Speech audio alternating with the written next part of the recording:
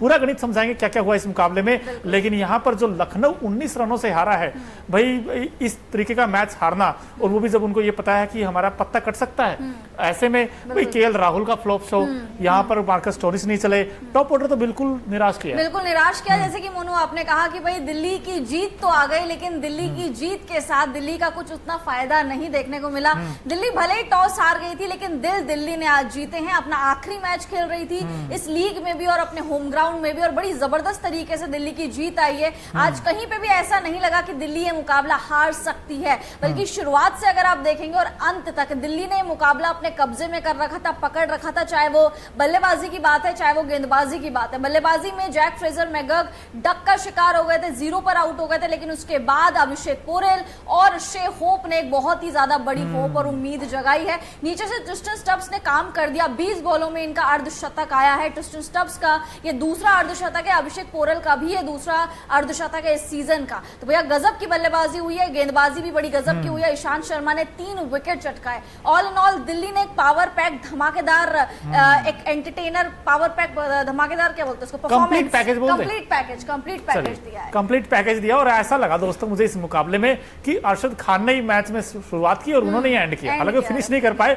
अरशद खान देखिए number 8 number 9 पर आकर 58 रन बना गया दोस्तों। नॉट आउट रहे, उनको साथ नहीं मिला, अगर दूसरे एंड से साथ मिलता तो हो सकता है अरशद खान आज हीरो बन जाते जीत में। और अरशद खान ने जब नई गेंद पकड़ी ना, लेफ्ट आर्मर की गेंद, अब जैक फ्रेजर को आते आउट कर दिया दूसरी गेंद पे ही, और हमें लगा था कि ले जी दिल्ली की उम्मीदें चली गई। लेकिन उसके बाद जैसे आपने कहा यहाँ पर अभिषेक पोरेल, अब ये नया स्टार है इस टीम के लिए, कहीं ना कहीं राइजिंग स्टार हम बात करते हैं ना, तो यहाँ पर अभिषेक पोरेल 58 बनाए सिर्फ 33 गेंदों पर दोस्तों। और इन्होंने बार बार इंप्रेस करके दिखाया, बार बार कहा है कि मैं ओपन कर सकता हूँ, बॉलर को छोड़िए आप, मुझे मौका दीजिए। अब इन्होंने दूसरी बार एक बार 65 बनाए थे आई थिंक, और आज 58 बनाए हैं इस बड़े और कड़े मैच से। भले ही दिल्ली की टीम टॉप 4 में ना गए, लेकिन यहाँ पर इंप्रेस किया है अभिषेक पोरेल ने अपनी बल्लेबाजी से।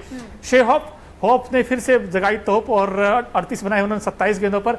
लेकिन ये जो जैक फ्रेजर मैकगर्क हम आपको दिखा रहे हैं, बड़े मैच में फेल हो गए यार, आज फेल हो गए, आज फेल हो गए। देखिए मोनू, अच्छी एक चीज ये भी है कि इनके बजाय भी, मतलब दिल्ली की टीम हम हमेशा बोलते थे कि जैक पे डिपेंड हो गई है, बट आज जैक फ्रेजर मैकगर्क का 0 आया, डक का शिकार हुए, बावजूद इसके सारे प्लेयर्स ने अपना योगदान दिया है। चाहे शे होप हो गए, चाहे ट्रिस्टन स्टब्स हो गए, इवन ऋषभ पंत ने भी अच्छी इंपैक्टफुल छोटी अच्छी पारी खेली है। आज हमें एक हाथ के छक्के लगाते हुए दिखे ऋषभ पंत, मिनी हेलीकॉप्टर लगाते हुए दिखे, गिरते गिरते शॉट्स लगाते, जैसे कि ऋषभ पंत जिस शॉट्स के लिए जाने जाते हैं। तो आई थिंक बल्लेबाजी में कोई कमी नहीं है, बस फील्डिंग में थोड़ी सी कमी रह गई आज दिल्ली कैपिटल्स की, क्योंकि बहुत ज्यादा कैचेस छूटे। और एक बेनिफिट ऑफ डाउट मैं दिल्ली को मोनू देना चाहूंगी, क्योंकि सेकंड इनिंग में ड्यू आ रही थी, तो बॉल मतलब हाथ से बहुत ज्यादा फिसल रहा था, साबुन की टिकिया बन गया था बॉल, ऐसे लग रहा था गेंद नहीं है, साबुन की टिकिया है। आई थिंक सेकंड इनिंग में थोड़ा सा अगर फील्डिंग कड़क होती तो ये मुकाबला दिल्ली पहली जीत जाती, बिल्कुल पहले जीत जाती। लेकिन भाई मैं तो दिल्ली की जो बैटिंग देखी ना, इसमें 2 खिलाड़ियों ने बड़ा इंप्रेस किया है। एक तो ट्रिस्टन स्टब्स, जैसे आपने बात की भाई, साउथ अफ्रीका के जो बैट्समैन है, इन्होंने बड़ा जबरदस्त बैटिंग की है, 57 बनाए हैं सिर्फ 25 गेंदों पर। यहीं से स्कोर जो है छलांगे लगाता हुआ 208 पहुंच गया। अब 208 इस मैदान पर भाई विनिंग टोटल बन जाता है, विनिंग टोटल बन जाता है। और यहाँ पर आप देखिए अभिषेक पोरेल ने जो शुरुआती 58 बनाए 33 गेंदों पर, अभिषेक पोरेल की क्लीन हिट थी सारी की सारी, जैसे उन्होंने बैटिंग की विद द स्पिन या पेस अटैक के सामने। हालांकि हमने पहले ही कहा था दोस्तों, जो एलएसजी का पेस अटैक है उनके पास उतना एक्सपीरियंस नहीं है, और वो आज दिखा भी है, और दिखा भी हो, शॉर्ट ऑफ लाइन गेंद कर रहे थे, और ऋषभ पंत भी एक हाथ छक्के लगा रहे थे, और ऋषभ पंत ने तो आज वो वाकई दिल जीता है जिस तरीके से शॉट्स लगाए हमें देखने को मिल गया ऋषभ पंत का, क्योंकि गिर गिर के शॉट्स लगाते थे, लेट के शॉट्स लगाते हैं वो, और आज भी हमें वही देखने को मिला। अभिषेक पोरेल ने काफी इंप्रेस करा इनको। हम पिछले मैच में भी इवन हम लोग बात कर रहे थे कि आरसीबी के अगेंस्ट भी अगर अभिषेक पोरेल और जैक फ्रेजर मैकगर्क ओपनिंग करते तो आई थिंक बहुत बड़ा डिफरेंस पैदा हो जाता, और शायद आज दिल्ली प्लेऑफ की दावेदार बन जाती। बात करें आयुष पदोनी, ये तो बहुत ही ज्यादा फ्लॉप साबित हुए आज के मैच में। क्विंटन डीकॉक फ्लॉप हुए, केएल राहुल फ्लॉप हुए। केएल राहुल कप्तान लीडिंग फ्रॉम द फ्रंट का काम करना चाहिए था, बट आज केएल राहुल ने एक कैच जरूर पकड़ा, जिसके बाद संजीव गोयनका थोड़े से खुश हो गए थे। अब अदरवाइज आज केएल राहुल ने कुछ भी नहीं करा। लगातार केएल राहुल डिसअपॉइंट कर रहे हैं। चाहे पिछला मैच आप देख लीजिए, टुक टुक पारी आई थी, शायद 33 गेंदों में 29 रन बनाए थे, और आज के मैच में भी ऐसा ही कुछ हुआ। तो आई थिंक केएल राहुल को अब सोचना पड़ेगा। और हम लोगों ने इवन मोनू उस टाइम पे बात भी कर रहे थे कि केएल राहुल के बैक ऑफ द माइंड जो चीजें होंगी, पूछा था इनफैक्ट हमने ये पूछा था कि भाई आज जो मुकाबला होगा डीसी वर्सेस एलएसजी में, प्रेशर किस पर होगा, पंत पर होगा या केएल राहुल पर? तो आज किस पर दिखा?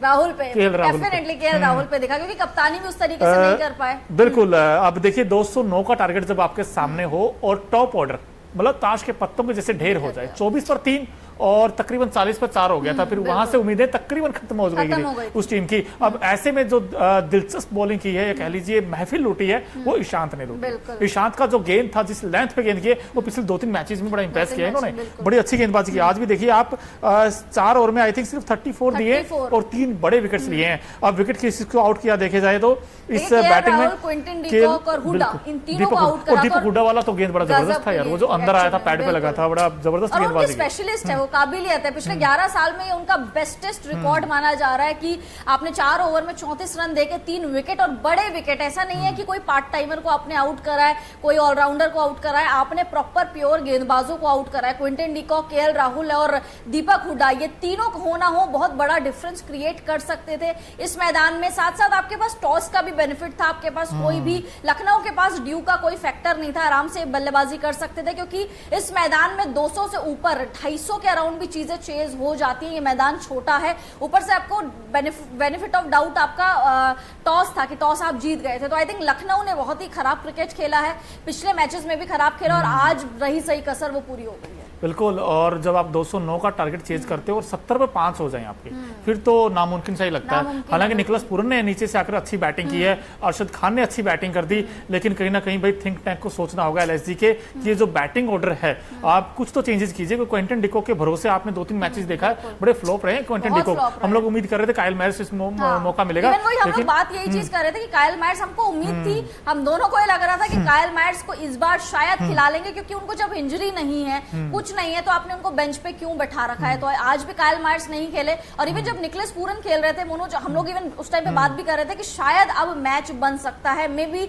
दिल्ली के हाथ से मुंह से ये मैच छीन जाए लखनऊ की टीम, क्योंकि निकोलस पूरन ने बहुत बड़ी बड़ी पारियां खेली है पिछले सीजन भी, बहुत ऐसे जो फंसे हुए मैचेस होते हैं उनको निकाला है। बट जब पूरन आउट हुए तो अरशद खान आए और अरशद खान ने थोड़ा सा बाजी तो पलट, थोड़ा सा धक तो हुआ था दिल्ली वालों, क्योंकि एक समय तो 7 आउट हो गए थे ना हम लोग। हमें उम्मीद ये थी कि कम से कम डीसी कैपिटल दिल्ली कैपिटल्स ना इस मुकाबले को 60 रन से जीत जाएगा, फिर लगा 50 से जीत जाएगा, फिर लगा 40 से जीत जाएगा, फिर तो एंड में ऐसा लगा कहीं ऐसा ना हो कि अरशद खान की ऐसी बैटिंग आए और कहीं ना कहीं मैच ले जाए, क्योंकि ये बहुत बड़ी जबरदस्त बैटिंग कर रहे थे। जैसे अरशद खान का नाम इतना सुर्खियों में भी नहीं था, इतना चर्चाओं में भी नहीं आ रहा था आज के मैच से पहले। एक मैच उन्होंने अच्छा खेला, अदरवाइज गेंदबाजी अच्छी करते हैं, बट बल्लेबाजी में उस तरीके से अरशद खान का कभी नाम ही नहीं आया। बट आज जिस तरीके से लोन वॉरियर की तरह अरशद खान खेले हैं, आज के बाद उनके लिए डेफिनेटली चीजें बदलेंगी। मतलब ऑब्वियसली लखनऊ का एक मैच अभी बचा हुआ है, उस मैच में अरशद खान पे काफी फोकस होगा। बहुत इंप्रेस करा, एक विकेट भी लिया, वो भी बड़ा विकेट जैक फ्रेजर मैकगर्क का, साथ साथ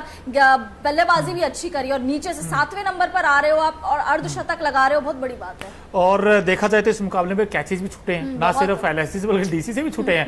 लेकिन दोस्तों अगर आपसे पूछा जाए ये इस एलएसजी की हार का गुनहगार कौन है, अब पांडे जी से पूछने की कोशिश करते हैं। लेकिन पांडे जी, मुझे तो ऐसा लगता है जो हार का जिम्मेदार है, अगर आप टॉप ऑर्डर देखोगे एलएसजी की टीम का, उसमें 5 ऐसे बैट्समैन हैं जो डबल डिजिट में भी नहीं पहुंचे। अब बताइए, आप हाल बेहाल ही है। क्विंटन डिकॉक सिर्फ 12 बनाए 8 गेंदों पर, केएल राहुल ने 5 बनाए 3 गेंदों पर, और दीपक हुड्डा तो खाता भी नहीं खोल पाए, आते आउट हो गए ईशांत की गेंद पर। और मार्कस स्टोनिस, जिससे सबसे ज्यादा उम्मीदें थी कि मार्कस स्टोनिस आज तो पक्का बैटिंग करेंगे, वो भी सिर्फ 5 रन बना सके 7 गेंदों पर, और आयुष बडोनी सिर्फ 6 रन बना सके। यानी कि टॉप 6 में से अगर 5 बैट्समैन डबल डिजिट में भी ना पहुंचे, तो आई थिंक सबसे बड़ा रीजन यही था। एग्जैक्टली मोनू, सबसे बड़ा रीजन यही था कि आप अगर 208 या 209 चेज कर रहे हैं तो आपका टॉप ऑर्डर चलना बहुत ज्यादा इंपॉर्टेंट है। पावर प्ले में दिल्ली का स्कोर 80 के अराउंड पहुंच चुका था और आपका पावर प्ले में स्कोर कहां था, 80 आप 10 ओवर के बाद पहुंचे। तो आई थिंक जो शुरुआत में विकेट चटक गिर गए वो बहुत बड़ा हार का कारण है, क्योंकि मोनू हम लोग ये भी बात करते हैं कि एलएसजी का जो पूरा दारोमदार है बल्लेबाजी का, वो इनका टॉप ऑर्डर है। केएल राहुल सबसे ज्यादा रन्स बनाने वाले हैं एलएसजी की तरफ से, निकोलस पूरन थोड़ा सा संभाल लेते हैं, बट उससे ऊपर मार्कस स्टोइनिस आ जाता है। तो जब स्टोइनिस चलेगा, केएल राहुल चलेगा, आधी टीम तो वहीं पे हार मान गई थी, उसके बाद तो कुछ हो ही नहीं सकता था। हो ही नहीं सकता था, लेकिन बहुत कुछ हो गया आज पॉइंट्स टेबल में दोस्तों, क्योंकि दिल्ली तो जीत गया जरूर, लेकिन उन्होंने आरआर के सामने क्यों लिखवा दिया। अब दिल्ली का जीत में फायदा किसको हुआ, आरआर को हुआ। अब केकेआर और आरआर दोनों के सामने क्यों लगाया, मतलब क्वालिफाई हो चुकी हैं दोनों टीमें। अब आरआर और केकेआर है तैयार लेकिन नंबर 3 और नंबर 4 ये कहीं ना कहीं दिलचस्प हो गया दोस्तों, क्योंकि यहाँ पर दो टीमें ऐसी हैं, आरसीबी और सीएसके। ये एक वर्चुअल क्वार्टर फाइनल 18 मई को देखने को मिल सकता है और आरसीबी की उम्मीदें जगी दोस्तों, इस पर हम थोड़ी देर में चर्चा करेंगे। आप भी आइए, आपको क्या लगता है कि आरसीबी इस बार प्लेऑफ में जाएगी, वो भी हमें बताइए। लेकिन जहां तक डीसी वर्सेस एलएसजी की बात है, इस मुकाबले में एक ऐसे खिलाड़ी भी थे जिन्होंने महफिल लूट ली है, जिन्होंने सबसे वाइटल रोल अगर जीत में रहा है तो इस खिलाड़ी का रहा है। हमारा खास सेगमेंट है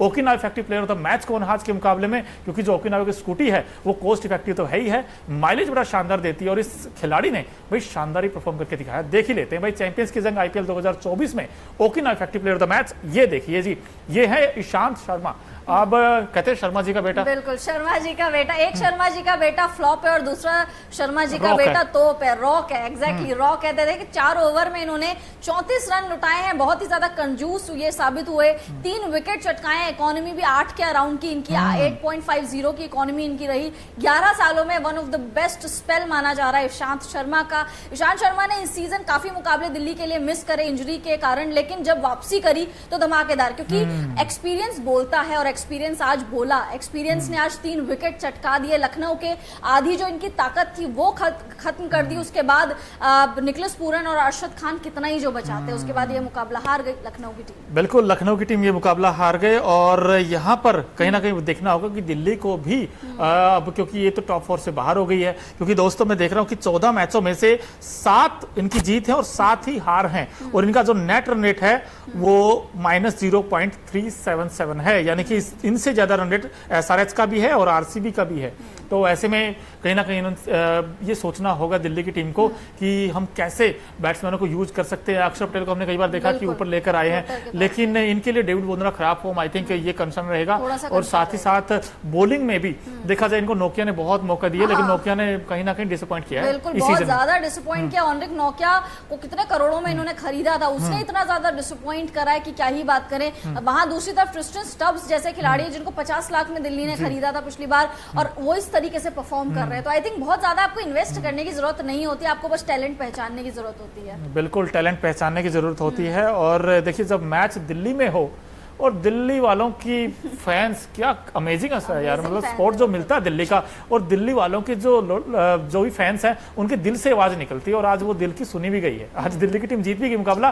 तो हमारा एक खास सेगमेंट है Okinawa colourful moment the match, क्या क्या है भाई। दिल्ली के अरुण जेटली स्टेडियम में मुकाबला खेला गया दोनों टीमों के बीच, वहां पे बहुत सारे रंग देखने को मिले, तो देख ही लेते हैं भाई Okinawa colourful moment the match क्या क्या आज के मुकाबले में। देखिए दोनों स्पिनर बिल्कुल, देखिए रवि बिश्नोई एक तरफ, दूसरी तरफ कुलदीप यादव, बहुत ही अच्छी फ्रेंडशिप शेयर करते हैं। यहाँ पे फैंस सेल्फी ले रहे हैं, अपनी खुशी बहुत ज्यादा झलक रही, टपक रही है खुशी, ऐसा लग रहा है। रवि बिश्नोई कुलदीप यादव, रवि बिश्नोई वर्ल्ड कप में नहीं जा पाए, लेकिन कुलदीप यादव का सिक्का जरूर चमकेगा। फैंस के मुंह में एक बहुत बड़ी वाली वाइड स्माइल है, क्योंकि दिल्ली जीत गई, दिल्ली अपना आखिरी मुकाबला जीत गई। दिल्ली ने इस सीजन बहुत अप्स एंड डाउन्स देखे, दिल्ली के कप्तान वापस आए, कप्तान के वापस आने से थोड़ा सा लक भी दिल्ली का वापस जरूर आया, क्योंकि इस बार दिल्ली अच्छी पोजीशन पे फिनिश करेगी compare to last time. Last time Delhi ने बहुत ही ज्यादा बॉटम पे टीम भी बनी थी जो आउट हुई थी, बट इस बार दिल्ली ने काफी इंप्रेस करा। शुरुआती मुकाबलों में थोड़ा सा इधर उधर जरूर हुई, लेकिन उसके बाद दिल्ली ने काफी अच्छा कमबैक करा है, लगातार मुकाबले जीते भी हैं। दिल्ली को एक अच्छा खासा टैलेंट मिला इस बार जैक फ्रेजर मैकगर्क के रूप में, जो कि अब नेक्स्ट टाइम उनका किस तरीके से दिल्ली इस्तेमाल करती है ये देखने वाली बात होगी। इस बार चाहे भले ही टूर्नामेंट जीत ना पाए, प्लेऑफ्स में ना जा पाए, बट अगले साल के लिए दिल्ली एक पावर पैक परफॉर्मेंस के साथ आई एम श्योर तैयार होगी, क्योंकि जैक फ्रेजर मैकगर्क इनको मिल गए, एक नया टैलेंट, एक उभरता हुआ टैलेंट, ऑस्ट्रेलियन टैलेंट इनको मिल गया है। एक ऑस्ट्रेलियन टैलेंट इनके डगआउट में रहते हैं जो कि रिकी पॉन्टिंग है, और दूसरा ये, तो आई थिंक दिल्ली पूरी तरीके से अगले साल के लिए तैयार है। अच्छा, एक और बड़ी इंपॉर्टेंट चीज ये भी है कि भाई दिल्ली की अब दबंग जीत आई, वैसे 20 रन बहुत होते हैं 19-20 रन T20 फॉर्मेट में यार, अब दिल्ली की जो जीत आई है अब आरसीबी की उम्मीदें जगाई है। अब आपसे ये पूछना चाहते हैं और हमारे साथ फैंस भी हैं, वही पूछ रहे हैं यूजर्स, वो ये आपसे पूछना